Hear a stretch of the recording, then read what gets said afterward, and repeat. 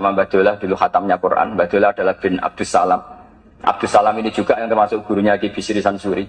Jadi saya dibolak-balik sanadnya juga akan ketemu sama sanad yang dipakai Ki Bisri Sansuri. Sampai juga nanti ketemu di Nabi Adam lah, kalau nggak ketemu semua ya di Nabi Adam. Pasti nanti ketemu juga sanad keilmuan.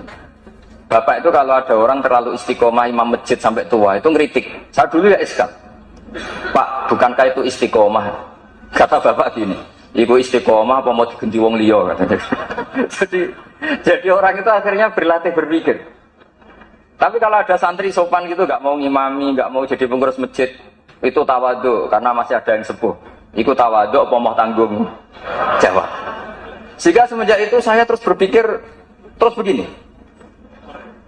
Makanya seperti saya di sini itu sopan apa tidak sopan saya tidak tahu. Kalau melihat saya di atas sampai di bawah ini tidak sopan. Sampean kan lebih sepuh. Tapi melihat ini diperintah. Itu orang paling sopan saya sekarang.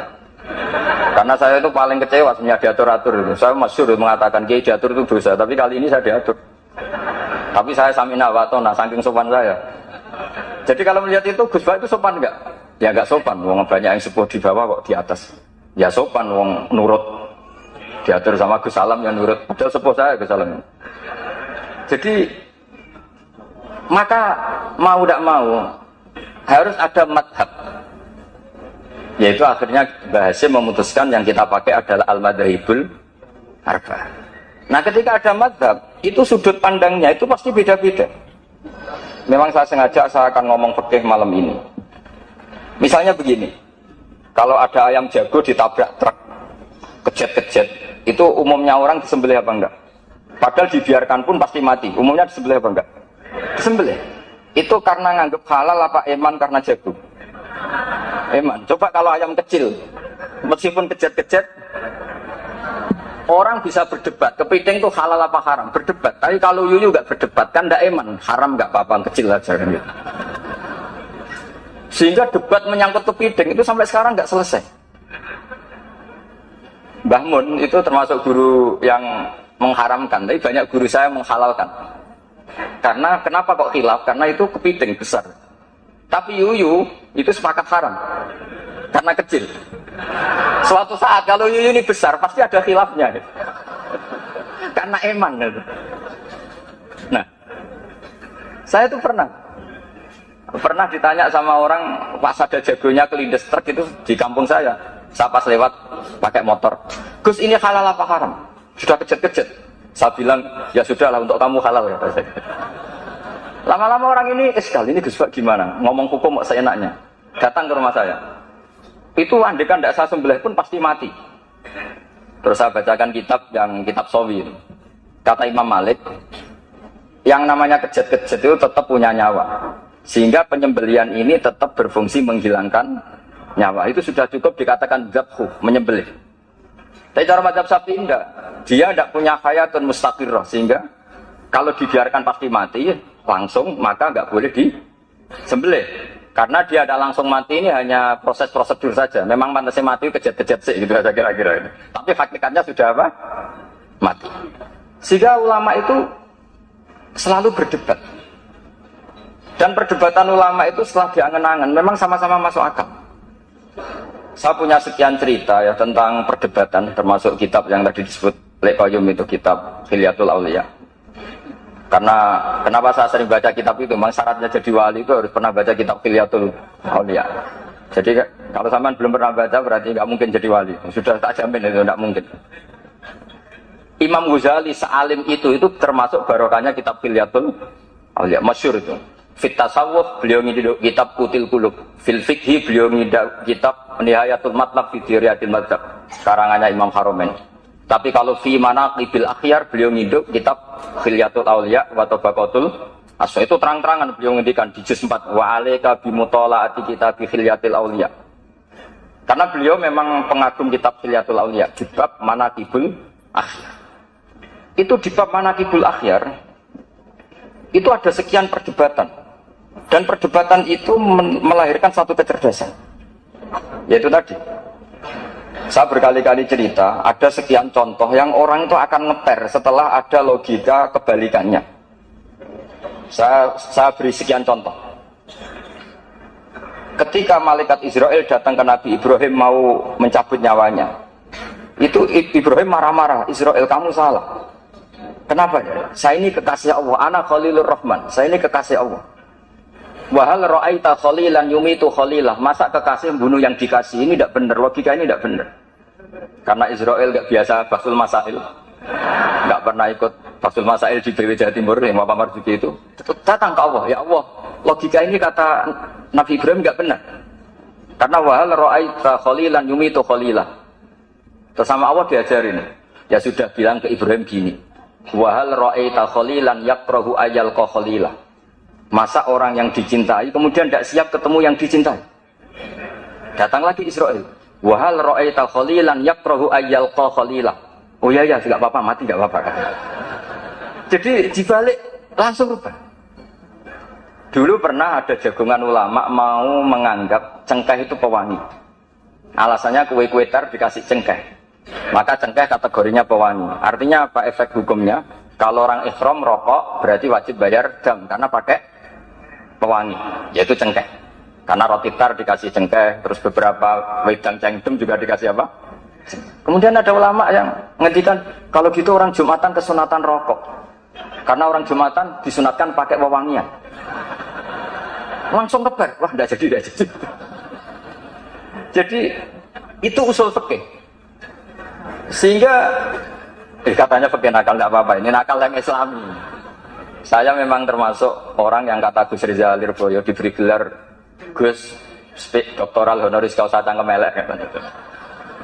Saya ini sebetulnya bangga dengan gelar itu karena itu cara sahabat melindungi Rasulullah SAW. Jadi saya sengawur-ngawur saya ini masih punya sanad. Dulu ada orang Bedui datang ke Nabi, ya Muhammad, jika kamu Nabi, fa'akhbirni amma fi batni naqati. Fa'akhbirni amma fi batni naqati. Jika kamu Rasulullah, sing idda'aita, kamu ngeklaim tahu barang gaib, coba yang di kandungan perut unta saya itu lelaki apa perempuan? Isinya apa? Itu Nabi kan mangkel, masa Nabi kok ditakoki isi kandungan apa? Terus kata sahabat datang, ini sanad, kalau boleh dikatakan sanad, sanad yang kemelek, kalau boleh dikatakan sanad. Itu kata sahabat tadi langsung namanya Salamah bin ada yang baca Salmah bin Salamah namanya. Nazauta 'alaiha fakanat laka minha sakhlatun. Kamu yang ngangkangi itu ada anak kamu. Saking mangkelnya Rasulullah kok ditanya gitu. Enggak, kamu enggak usah tanya Rasulullah, tanya saya. Oh iya ya, di dalamnya ada apa? Ono anakmu. Karena dia begitu saking mangkelnya, masa Rasulullah kok ditanya, "Idza kunta Rasulullah fa akhbirni amma fi batni naqati." Jadi kadang orang itu mau tidak mau ya, nggak ada pilihan. Orang wiridan ditanyakan sanatnya apa, salaman sama sekelilingnya ditanyakan sanatnya apa. Salaman tuh nggak ada sanatnya, hadisnya nggak sahih. Tapi orang nyalain HP nggak perlu sanat. Habis salam langsung ke toilet nggak perlu. Sebenarnya harus ditanyakan, nyalain HP setelah salam itu ada hadisnya nggak? Ke toilet setelah salam ada hadisnya nggak? Nggak ditanyakan. Tapi kalau salaman ditanyakan. Mau tidak mau kita jawab gimana? Ya jawabnya tadi. Kalau semuanya butuh sanad, berarti kalau HP kamu matikan, setelah salam kamu nyalakan harus pakai apa? Sanad. Kira-kira punya apa enggak? Enggak punya kan? Oh itu sanadnya umum, bahwa Nabi boleh melakukan sesuatu yang maslahat. Memangnya salaman enggak maslahat? Jadi, saya contohkan yang ketiga. Ini sekaligus yang terakhir, ini masih banyak kiai. Karena saya memang enggak bisa, pidato depan umum enggak bisa. Enggak memaksa bisa, memang enggak bisa, juga enggak bakat. Dan yang undang saya kalau kalah sepuh itu mengharam karena tadi. Karena saya meninggalkan kewajiban saya sebagai kiai di rumah. Saya ini kiai induk di rumah, itu bukan sombong, memang saya kiai induk. Bapak saya sudah meninggal. Jadi bukan karena kualitasnya, memang mau tidak mau. Mubah misalnya. Banyak pakar usuliyin yang mengatakan hukum itu diantaranya ada yang bernama mubah. Mubah itu boleh dilakukan, boleh ditinggalkan. Tapi kemudian itu ada masalah, yaitu ketika mubah dilakukan, ini monggo marhaban wa sahlan, ini beneran, ini Gus Ali Darawuh, ini beliau teman bapak saya, jadi monggo. Saya ulang lagi, mubah itu secara definisi kan boleh dilakukan, boleh ditinggalkan. Tapi ada logika yang mengatakan begini. Misalnya saya jagungan sama Gus Salam, malam ini semalaman sama Gus Salam cangkruk. Itu mubah apa wajib? Kata ulama itu wajib. Itsma min mubahin illa wa yatahaqqaqu bihi tarku haramin ma. Karena setiap orang melakukan mubah pasti saat itu meninggalkan keharaman. Saya asik di Denanyar, jagungan sama Gus-Gus Denanyar. Artinya saya tidak dugem, tidak ke tempat-tempat maksiat. Sekarang meninggalkan maksiat itu mubah apa wajib? Wajib. Berarti jagungan wajib. Atau jadi aneh kan? Itu fikih. Akhirnya orang mendefinisikan diulang. Wal mubah min haitsu dzatuh. Mubah dipandang definisi secara mubah. Tapi kalau dipandang dari efek hukum mubah itu bisa wajib, bisa haram. Saat ini ibu Anda harus diperiksakan di rumah sakit. Anda jagongan, maka haram karena kategorinya tarkul wajib. Tapi kalau melihat sekarang kamu tidak dugem ngaji seperti ini kan sunnah. Tapi barokahnya ngaji seperti ini Anda tidak melihat maksiat. Berarti ngaji ini sunnah apa wajib? Wajib karena tarkul maksiat. Akhirnya orang terus mikir. Ternyata sudut pandang. Dan itu Syekh Mahfud senang sekali. Kata Syekh Mahfud, apapun gharibnya masalatun gharibah, bahkan aghrab, itu harus dibicarakan karena itu melatih tashkhizun nazar untuk mencerdaskan pikiran. Makanya banyak wali yang dalam cerita wali itu, ada wali itu karena sholat shaf awal. Kita tahu shaf awal fadilahnya kayak apa. Tapi ada wali itu jadi wali karena kalau sholat itu di shaf akhir. Ketika ketemu di forum wali, dua wali ini, loh kamu kok jadi wali? Bukankah kamu kalau sholat di shaf akhir? Iya. Kenapa kamu tetap jadi wali? Saya tuh malu ketemu Allah di depan, kayak paling suci saja. Dan kebetulan wali ini idola saya ya, saya akhirnya kalau sholat ya sering di belakang gitu. Karena saya meninggalkan kewajiban saya sebagai kiai di rumah. Saya ini kiai induk di rumah, itu bukan sombong, memang saya kiai induk. Bapak saya sudah meninggal. Jadi bukan karena kualitasnya, memang mau tidak mau. Mubah misalnya. Banyak pakar usuliyin yang mengatakan hukum itu diantaranya ada yang bernama mubah. Mubah itu boleh dilakukan, boleh ditinggalkan. Tapi kemudian itu ada masalah. Yaitu ketika mubah dilakukan, ini monggo marhaban wa sahlan, ini beneran, ini Gus Ali Darawuh. Ini beliau teman bapak saya. Jadi monggo.